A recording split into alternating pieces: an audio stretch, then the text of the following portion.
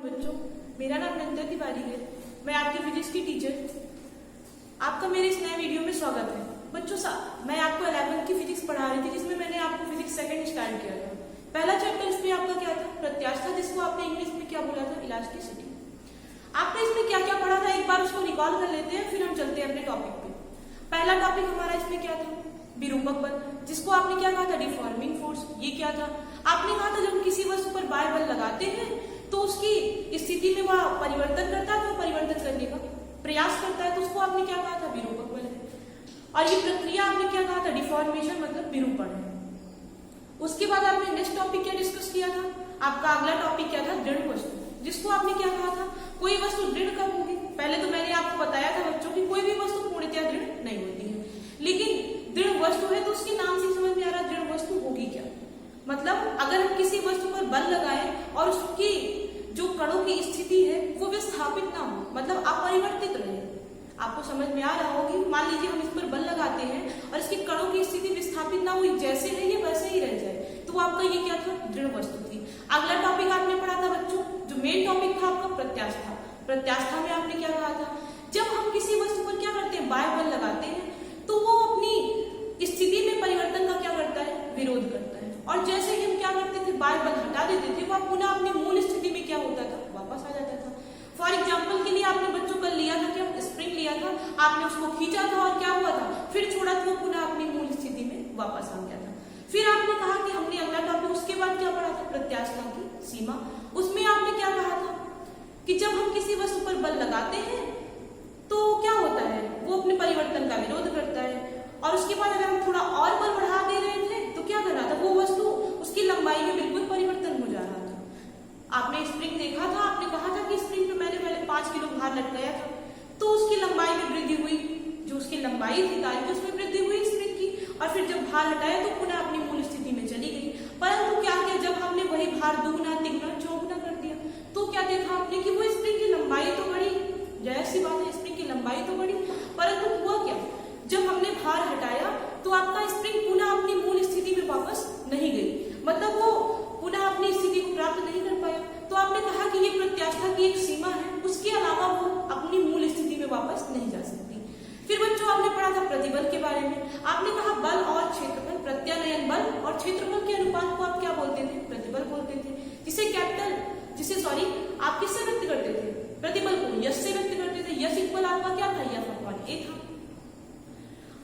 आज हमको पढ़ना था क्या? यंग प्रत्यास्थ गुणांक। उससे पहले बच्चों प्रतिबल पर एक आध न्यूमेरिकल देख लेते हैं। देखिए, न्यूमेरिकल लगाने का भी नियम ये है कि आप पहले क्वेश्चन को अच्छे से पढ़िए। तो चलिए सबसे पहले क्वेश्चन को अच्छे से पढ़ते हैं। हमारा प्रश्न है देखिए, हमारे प्रश्न में क्या कह रहा है बच्चों? एक संरचनात्मक इस्पात की छड़ की त्रिज्या कितनी है आपकी? 5 मिलीमीटर। क्या कह रहा है? एक संरचनात्मक इस्पात की छड़ की त्रिज्या आपकी कितनी है? 5 मिलीमीटर तथा लंबाई आपकी क्या दी गई है? 1 मीटर है। उसके बाद क्या कह रहा है आपके प्रश्न में? 50 किलो न्यूटन का एक बल या इसको लंबाई की दिशा में क्या करता है? चलित करता है। तो आपको ज्ञात क्या करना है? छड़ में उत्पन्न प्रतिबल की गणना करनी है। मतलब बच्चों हमको इस बार इसमें क्या निकालना है? प्रतिबल निकालना है। तो हमने आपको बताया कि न्यूमेरिकल हल करने का फर्स्ट रूल, सबसे पहले आप प्रश्न को अच्छे से पढ़िए। उसके बाद इसमें जो भी फॉर्मूला आपका आता है, पहले आप ध्यान रखिए कि इसमें फॉर्मूला लगेगा क्या। तो हमें दिख रहा है इसमें निकालना क्या है? प्रतिबल। तो मतलब इसमें लगेगा किसका? प्रतिबल का फॉर्मूला लगेगा। अब जो वस्तुएं दी गई है, जो बात हमको कह रहा है हमारे प्रश्न में, सबसे पहले हम क्या करेंगे? उन बातों को लिख लेंगे। दिया क्या गया? चलिए सॉल्व कर लेते हैं इसको। दिया गया इसमें देखिए, आपको कह रहा है छड़ की त्रिज्या कितनी है? 5 मिलीमीटर। तो क्या लिखेंगे बच्चों? छड़ की त्रिज्या आपकी कितनी है? छड़ की त्रिज्या स्मॉल r इक्वल आपको दिया गया है 5 मिलीमीटर।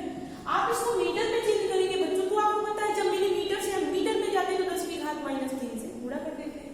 तो हम गुणा कर देंगे, 5 × 10 की घात -3 मीटर हो गया। उसके बाद आपके प्रश्न में क्या कह रहा है बच्चों?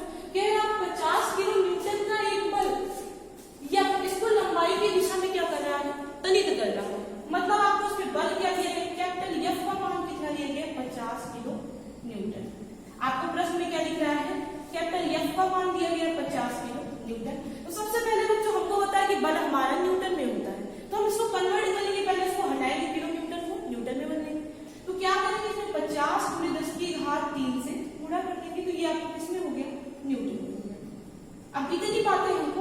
प्रश्न में दी गई थी। ज्ञान क्या करना था हमको? प्रतिबल मतलब यश का मान निकालना था। अब हमने फॉर्मूला बच्चों क्या पढ़ा? यश बराबर प्रतिबल बराबर आपका क्या होता है? बल बटे क्षेत्रफल मतलब F अपॉन A। अब हमको जरूरत बच्चों किसकी है इसमें? कैपिटल A की जरूरत है। तो सबसे पहले हम देखते हैं कैपिटल A ज्ञात कर लेते हैं। हमने फॉर्मूला पढ़ा है A इक्वल होता है क्या आपका? पाई आर का स्क्वायर। हमने क्या पढ़ा है कि कैपिटल A इक्वल होता है हमारा क्या? पाई आर का स्क्वायर। तो चलिए हम, और बच्चों एक बात हमको और पता है, क्या पता है कि पाई की वैल्यू आपकी कितनी होती है? 22/7, जिसको हम क्या बोलते हैं? डिवाइड करने पे आपको क्या होता है? पाई की वैल्यू आपके बच्चों के से ब्रैकेट में लिख लेंगे। पाई की वैल्यू आपकी क्या होती है? 22/7, जिसको क्या कहते हैं? 3.14 कहते हैं। अभी सारी वैल्यू हमारे पास है, हमें पाई का भी मान पता है, त्रिज्या भी पता है, तो एरिया क्या करेंगे? क्या हो जाएगा? 3.14 गुणे आपका आर का मान कितना है? 5/10⁻³ रख देंगे, 5/10⁻³ का होल स्क्वायर। अब बच्चों आपको पता है क्या कि पावर की पावर का क्या हो जाता है? गुणा। आपने मैथ में पढ़ा है कि अगर पावर की पावर होता है तो उसका क्या होता है? गुणा हो जाता है। तो सबसे पहले गुणा कर देंगे। देखिए क्या दिया गया? 3.14 गुणे इसका करके देखिए 5 का स्क्वायर मतलब 25, आपको कितना आ गया? 25 इंटू कितना हो जाएगा? इधर देखिए आप गुणा करेंगे, पावर की पावर का गुणा होता है तो क्या हो जाएगा? 3 × 6 10⁻⁻6। तो यहाँ से आपको क्या आ जाएगा? अब हम क्या करेंगे? इसका मल्टीप्लाई करेंगे। इसका मल्टीप्लाई करने में बच्चों आपका आएगा 78.5 × 10⁻⁻6। क्योंकि ये आपकी क्या है? एरिया है, इसलिए हम इसमें मात्र क्या लिखेंगे? Metre square. अभी हमें जो निकालना था सारी बातें हमको पता है। अब हम सारी वैल्यू अपनी इसमें पुट कर देंगे, yes equal F upon A में, और हम सॉल्व कर लेंगे इसको। यह आपको कितना है? 50/10⁻³ बटे आपका A आपने कितना निकाला? 78.5/10⁻⁻6। अब बच्चों सबसे पहले ध्यान देंगे, इसको थोड़ा सा सिंप्लीफाई कर लेंगे। देखिए यहाँ पे नीचे हमको दिख रहा है 1 अंक पे दशमलव है। अगर हमको इसको हटाना हो तो क्या करेंगे? 1 अंक से दशमलव इसको नीचे से हटाना है तो ऊपर क्या करेंगे? 10 का गुणा कर देंगे।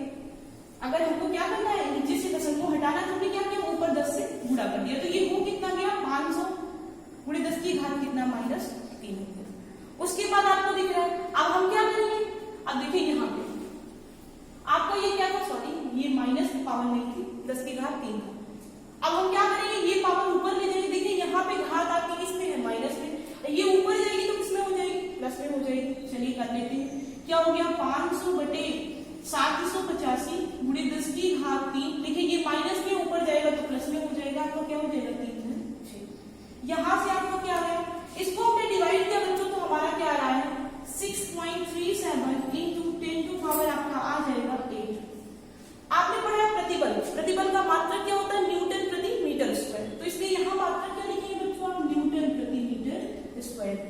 तो यहाँ से आपको क्या निकालना क्या था? क्षण में उत्पन्न प्रतिबल। तो क्षण में उत्पन्न प्रतिबल बच्चों आपको क्या आया? 6.37 × 10⁸ न्यूटन प्रति मीटर स्क्वायर। अब इसी में बेस्ड एक और न्यूमेरिकल हम देख लेते हैं। बच्चों हमारा सेकेंड न्यूमेरिकल क्या है? दिया क्या गया? सबसे पहले वो पढ़ते हैं। दिया गया एक समान परिच्छेद के तार के निचले सिरे से 1 किलोग्राम भार लटकाने पर तार में उत्पन्न प्रतिबल आपका कितना है? 9.8 × 10⁵ न्यूटन प्रति मीटर स्क्वायर है। तो तार का परिच्छेद क्षेत्रफल ज्ञात करना है। इससे पहले वाले न्यूमेरिकल में आपको प्रतिबल निकालना था, इस बार आपको क्षेत्रफल निकालना है। तो हमने आपको क्या कहा? जब भी आप न्यूमेरिकल सॉल्व करिए सबसे पहले आप प्रश्न को एक बार दो बार अच्छे से पढ़ लीजिए, उसमें क्या कह रहा है और क्या निकालने के लिए कह रहा है, सबसे पहले वो आप समझिए। उसके बाद उसमें फॉर्मूला क्या लगेगा आप वो ध्यान करिए, उसके बाद आप प्रश्न लगाना प्रारंभ करिए। तो सबसे पहले जो दिया गया वही लिखते हैं। चलिए सॉल्व करते हैं। देखिए हमारे प्रश्न में कहा गया तार के निचले सिरे से 1 किलोग्राम भार लटकाया गया है। मतलब द्रव्यमान कितना दिया गया है? जो लटकाया गया है भार हमारा, मान लीजिए ये हमारा ये कोई वायर है, कह रहा है ये आपका तार है, इससे कह रहे हैं 1 किलोग्राम भार क्या किया गया है? लटका दिया गया है। 1 किलोग्राम भार लटकाया गया, मतलब द्रव्यमान हमको क्या दिया गया है? यम इक्वल दिया गया है 1 किलोग्राम। तो चलिए लिख लेते हैं यम इक्वल आपको कितना दिया गया? 1 kg। अब सबसे पहले बच्चों किलोग्राम से ग्राम में चले जाएंगे तो क्या होता है? गुणा किससे करेंगे? 10 की घात 3 से। क्या हो गया? 1 × 10 की घात 3। उसके बाद आपको प्रश्न में क्या दिया गया है?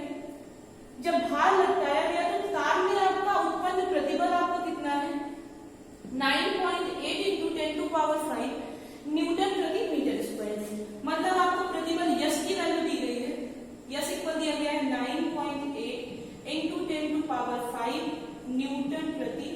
Metre square.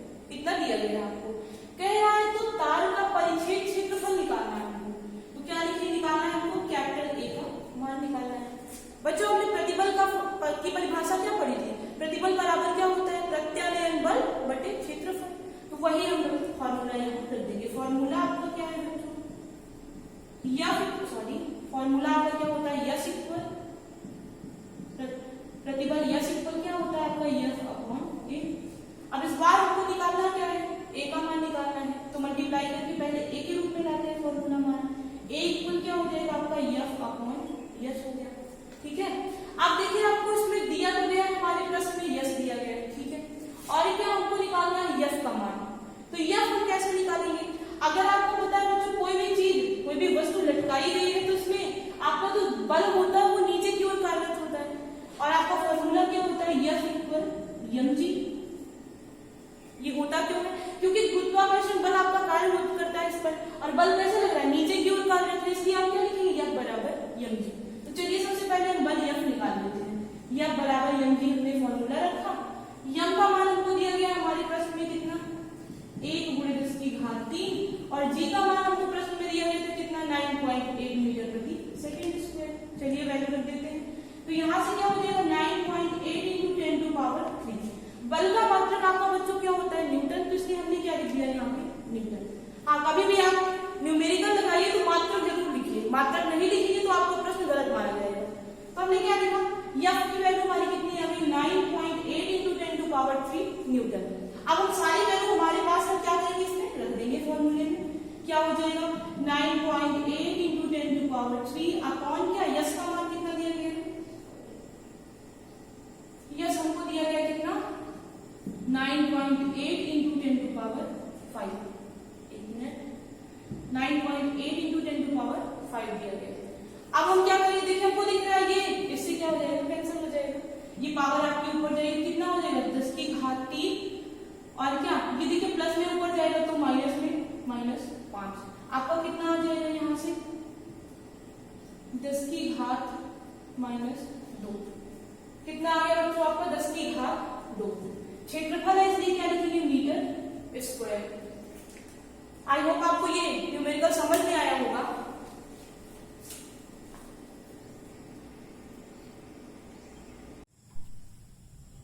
बच्चों इससे पहले वाले वीडियो में हमने प्रतिबल तक पढ़ा था, उस पर हमने न्यूमेरिकल देखे थे। आज का हमारा टॉपिक है प्रत्यास्था गुणांक। चलिए हम प्रत्यास्था गुणांक की सबसे पहले डिफिनीशन समझ लेते हैं, उसके बाद हम समझते हैं ये होता क्या है। डिफिनीशन में आपको क्या है? प्रत्यास्था की सीमा में क्या लिखेंगे बच्चों? प्रत्यास्था की सीमा में किसी वस्तु में कार्यरत प्रतिबल तथा उसकी संगत उत्पन्न विकृति का अनुपात क्या कहलाता है? आपका पदार्थ का प्रत्यास्था गुणांक कहलाता है। क्या कह रहे हैं? अथवा आप उसको एक दूसरे तरीके से भी ले सकते हैं। ये परिभाषा क्या कहेंगे? प्रतिबल और विकृति का अनुपात आपका क्या कहलाएगा? प्रत्यास्था गुणांक। अगर आपको ऐसे याद करने में प्रॉब्लम है तो आप क्या करिए? डायरेक्टली याद कर लीजिए फॉर्मूले से। आपका क्या कह रहा है? उसमें किसी वस्तु में कार्यरत प्रतिबल और उसके संगत जो उत्पन्न होगी विकृति, उसका अनुपात क्या कहलाएगा? आपका प्रत्यास्था गुणांक कहलाएगा। इसको बच्चों आप किससे व्यक्त करते हैं? कैपिटल ई से व्यक्त करते हैं। फॉर्मूला आपका क्या है? इक्वल होता है आपका प्रतिबल बटे विकृति। जो आपका ये प्रत्यास्था गुणांक है, इसका जो मान होता है वो वस्तु के पदार्थ की प्रकृति पर निर्भर करता है। मतलब आपकी वस्तु जैसी होगी वो उसी पर ये निर्भर करेगा। चलिए हम इसका सबसे पहले क्या करते हैं? मात्रक देख लेते हैं। बच्चों आपने पढ़ा था क्या? प्रतिबल का मात्रक। सबसे पहले तो प्रतिबल या पर होता क्या है? देखिए जब भी आप कोई भी चीज पढ़िए, पुरानी चीजों को आप दोहराते हुए चलिए, जिससे आपको वो पुरानी चीजें भी याद होनी चाहिए। तो आपका क्या प्रतिबल इक्वल क्या होता है? प्रतिबल यस इक्वल होता है आपका क्या? यफ अपॉन ए। और ये बल का मात्रक क्या? न्यूटन आपका, और एरिया मतलब क्या? Metre square. तो यहाँ से क्या निकल के आता? प्रतिबल का मात्रक न्यूटन प्रति मीटर स्क्वायर। और आपको पता है बच्चों विकृति क्या होती है? विकृति आपकी विमाहीन राशि है। कैसे? आप कोई भी ले लीजिए, जैसे मैंने क्या किया? अनुदैर्घ्य पर विकृति ले लिया, वो होता क्या? Delta L upon L. लंबाई का मात्रक देखिए कैसे होता है? कैसे विमाहीन वो बताते हैं, डेल्टा एल अपॉन एल। लंबाई का मात्रक आपका क्या? मीटर। और फिर से लंबाई का मात्रक क्या? मीटर। ये दोनों कैंसिल होंगे, मतलब ये हुई आपकी कैसे? विमाहीन राशि। तो यहाँ से आपका प्रत्यास्था गुणांक ई का मात्रक निकल के क्या आता है? न्यूटन प्रति मीटर स्क्वायर। आपको समझ में आया होगा कि आपका मात्रक निकाला कैसे गया? आया क्या आपका? न्यूटन प्रति मीटर स्क्वायर। अब हम निकालते हैं इसका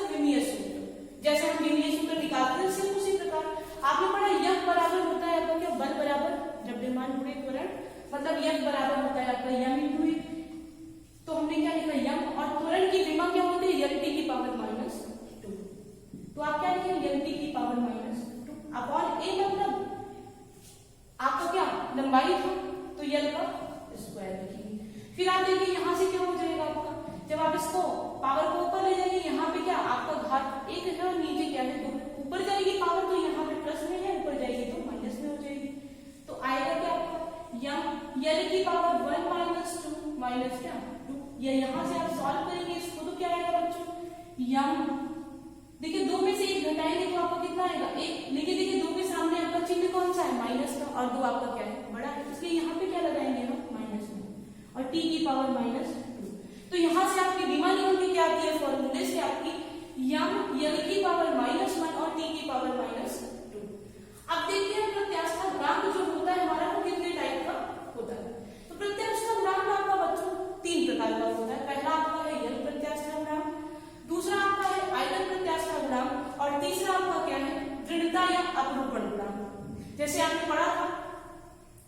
अब चलिए हम एक एक करके पहले डिस्कस कर लेते हैं कि आपका होता क्या है, यल प्रत्यास्था गुणांक क्या है, फिर आयतन प्रत्यास्था गुणांक क्या है, और एट लास्ट आपका दृढ़ता या अपरूपण गुणांक क्या होता है। सबसे पहले लिखेंगे हमारी क्या यल प्रत्यास्था गुणांक, इसको क्या कहते हैं, हम क्या लिखेंगे बच्चों इसकी डिफिनेशन में, समानुपाती सीमा में किसी वस्तु में उत्पन्न अनुदैर्ध्य प्रतिबल तथा अनुदैर्ध्य विकृति के अनुपात को हम क्या बोलते हैं यल प्रत्यास्था गुणांक बोलते हैं। क्या लिखेंगे कि समानुपाती सीमा में किसी वस्तु में उत्पन्न अनुदैर्ध्य प्रतिबल और उसके संगत के अनुदैर्ध्य विकृति के अनुपात को हम क्या बोलते हैं यल प्रत्यास्था गुणांक बोलते हैं। इससे हम किससे व्यक्त करते हैं, इसे कैपिटल वाई से व्यक्त करते हैं हम। और क्या लिखेंगे बच्चों, इसका फॉर्मूला क्या होता है, जैसे मैंने कहा कि आप फॉर्मूले से अपनी परिभाषा बना सकते हैं। अगर मान लीजिए आपको परिभाषा बाई चांस नहीं याद होती तो आप क्या करेंगे फॉर्मूला याद रखिए और उससे परिभाषाएं लिख सकते हैं। तो क्या लिखेंगे, देखिए आपके इसमें क्या बोला अनुदैर्ध्य प्रतिबल और अनुदैर्ध्य विकृति का जो अनुपात होगा वो आपका क्या कहलाएगा यल प्रत्यास्था गुणांक। मतलब फॉर्मूला क्या निकल के आता है y इक्वल क्या होगा अनुदैर्ध्य प्रतिबल बटे अनुदैर्ध्य विकृति। हमने इससे पहले वाले वीडियो में पढ़ा था कि अनुदैर्ध्य प्रतिबल इक्वल फॉर्मूला क्या होता है आपका f अपॉन a, और अनुदैर्ध्य विकृति क्या होता है डेल्टा यल अपॉन यल। इसको थोड़ा सा सिंप्लीफाई करेंगे तो y इक्वल यहाँ से क्या आएगा, देखिए बच्चों ये आपको क्या हो जाएगा, जब इसको आप लिखेंगे सॉरी एक मिनट, यहाँ से क्या हो जाएगा f अपॉन a और पूरे का बटा क्या डेल्टा यल अपॉन यल। जब आप लिखेंगे तो क्या हो जाएगा, ये सबसे नीचे वाला क्या गुणा होता है सबसे ऊपर, और फिर ये इसका इसमें गुणा होता है, पढ़ा है आपने। तो यहाँ से y इक्वल क्या आ जाएगा आपका f इंटू क्या यल अपॉन a इंटू क्या डेल्टा यल। तो यहाँ से आपका एक फॉर्मूला निकल के आता है y इक्वल क्या f इंटू यल अपॉन a इंटू डेल्टा यल। हम क्या लिखेंगे यहाँ से y इक्वल हमारा आ गया फॉर्मूला, इसको सॉल्व करने पे f इंटू यल अपॉन a इंटू क्या डेल्टा यल, ये आपका यल प्रत्यास्था गुणांक y इक्वल f इंटू यल अपॉन a इंटू डेल्टा यल निकल के आता है। अब इसका भी मात्रक हम निकाल लेते हैं बच्चों। तो हमने क्या कहा आपको, जो भी फॉर्मूला है उसी से आप मात्रक निकालते हैं। तो आपने पढ़ा है कि प्रतिबल का मात्रक वही आपका न्यूटन प्रति मीटर स्क्वायर और विकृति आपकी विमाहीन राशि, तो इसका भी मात्रक आपका क्या होगा बच्चों न्यूटन प्रति मीटर स्क्वायर। जब मात्रक वही है तो जैसे मैंने विमा आपके ऊपर निकाली सेम वैसे ही विमा इसके लिए भी निकाल लेंगे। तो इसके लिए विमा आपका क्या आता है, विमेय सूत्र आपका आता है यम यल की पावर -1 और t की पावर -2। अब हमारा सेकंड टॉपिक क्या है, आयतन प्रत्यास्था गुणांक। ये क्या होता है बच्चों, सारी परिभाषाएं आपकी एक जैसी है, मैं आपको सारी परिभाषाएं एक जैसी बता रही हूँ जिससे आपको याद करने में कोई प्रॉब्लम ना हो।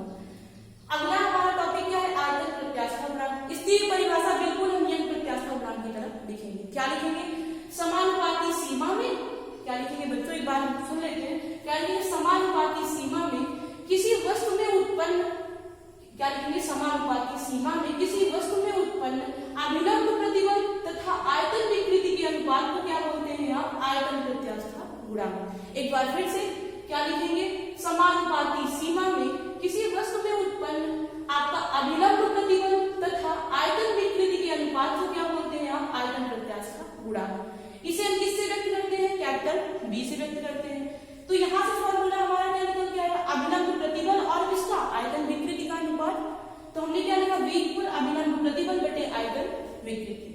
अब इसके लिए देखिए अभिलंब प्रतिबल इसको हम किससे व्यक्त करेंगे, डेल्टा p से, और आयतन विकृति मतलब क्या डेल्टा v अपॉन v। जब आप क्या करेंगे बच्चों इसको ऊपर ले जाएंगे तो क्या होगा delta p into v upon delta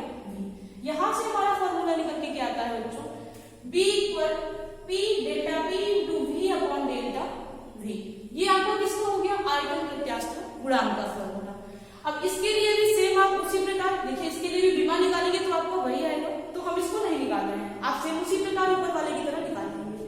third आपका क्या है, दृढ़ता अथवा आपका क्या अपरूपण गुणांक, इसको क्या बोलते हैं, इसकी भी परिभाषा सेम लाइक एज फर्स्ट वाला आपका, जैसे आप पहले लिखे थे सेम वैसे क्या लिखेंगे, समानुपाती सीमा में जब आपका क्या हुक का नियम कार्यरत हो, समानुपाती सीमा में किसी वस्तु में उत्पन्न आपका स्पर्श रेखीय प्रतिबल और तथा अपरूपण विकृति के अनुपात को क्या बोलते हैं, हम दृढ़ता या अपरूपण गुणांक बोलते हैं। क्या लिखेंगे, समानुपाती सीमा में किसी वस्तु में उत्पन्न स्पर्श रेखीय प्रतिबल तथा अपरूपण विकृति के अनुपात को आप क्या बोलेंगे, दृढ़ता या अपरूपण गुणांक बोलेंगे। इसका फॉर्मूला क्या होता है, सबसे पहले तो हम इसको व्यक्त किससे करते हैं, इसको हम व्यक्त करते हैं बच्चों ईटा से। इसको क्या बोलते हैं, जो आपका ये को थोड़ा बड़ा सा कर दिया गया है, इसको क्या बोलते हैं, हम ईटा बोलते हैं। यहाँ पे आप लिख लीजिए, अगर भूल जाते हो तो लिख लेंगे, ये इसको किससे व्यक्त करते हैं, इसको क्या कहते हैं, हम ईटा कहते हैं। तो दृढ़ता गुणांक क्या हो जाएगा, ईटा इक्वल आपका स्पर्श रेखीय प्रतिबल, जैसे मैंने परिभाषा के अकॉर्डिंग निकाला था सेम वैसे ही निकाल रहे हैं। क्या लिखेंगे, ईटा इक्वल स्पर्श रेखीय प्रतिबल बटे क्या अपरूपण विकृति। स्पर्श रेखीय प्रतिबल का मतलब यह अपॉन ए, और आपने अपरूपण विकृति पढ़ा था जब मैंने आपको विकृति के टाइप्स बताए थे, तो कहा था अपरूपण विकृति को आप थीटा से व्यक्त करते हैं, तो मैंने क्या लिखा है यहाँ पे थीटा, या तो अपॉन ए अपॉन क्या थीटा। अगर बच्चों आपने इससे पहले वाला वीडियो नहीं देखा तो पहले आप उसको देख लीजिए, तभी आपको ये बातें समझ में आएगी कि हम क्या बता रहे हैं आपको, या बताने का क्या प्रयास कर रहे हैं। तो यहाँ से देखिए क्या हो जाएगा आपका, या तो अपॉन ए पूरे का अपॉन क्या थीटा। अब आपको पता है थीटा इक्वल होता क्या है, यल अपॉन यल, तो यहाँ से क्या हो जाएगा यल अपॉन ए और पूरे का बटा क्या यल अपॉन यल। तो यहाँ से क्या निकल गया आपका नीटा इक्वल ईटा इक्वल आपका क्या है यल अपॉन ए और पूरे का बटा क्या यल अपॉन यल।